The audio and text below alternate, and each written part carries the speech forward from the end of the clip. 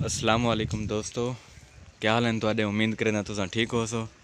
ये अज दी वीडियो तुसां देते पे मुजफ्फरगढ़ के इलाके कोटला सुल्तान शाह के अंदर अज बारिश तां अज असां जुलसूँ कि अपना माहौल जोड़े एडमिन हैं शहजाद संदीला साहब उन्हें दी अज क्या मसरूफियात हैं।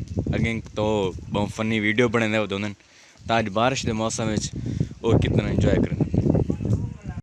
इसलिए अस शहजाद संदीला साहब के फार्म में आ गए से दे से अज उन्हें क्या मसरूफियात हैं, क्या कम करने होते माशाल्लाह। दे पे तुसा ये उन्हें फार्म है, ये गाबे शाबे दे पे तुसा बड़े सोहने किस्म के सुंगड़े खड़े अज बारिश तो ये हैं सही अपना माहौल दे एडमिन अज पहौड़ा चाहिए खड़न।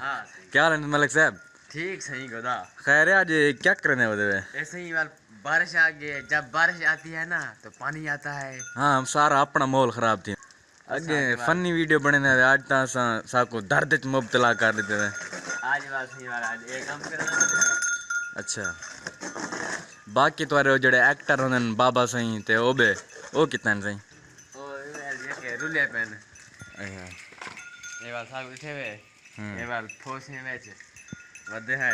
अच्छा, अजय फार्म अपना है वाली काम करना बोले ना गोदा। हाँ ठीक है। हाँ वाली में थोड़ी वाह सीमा।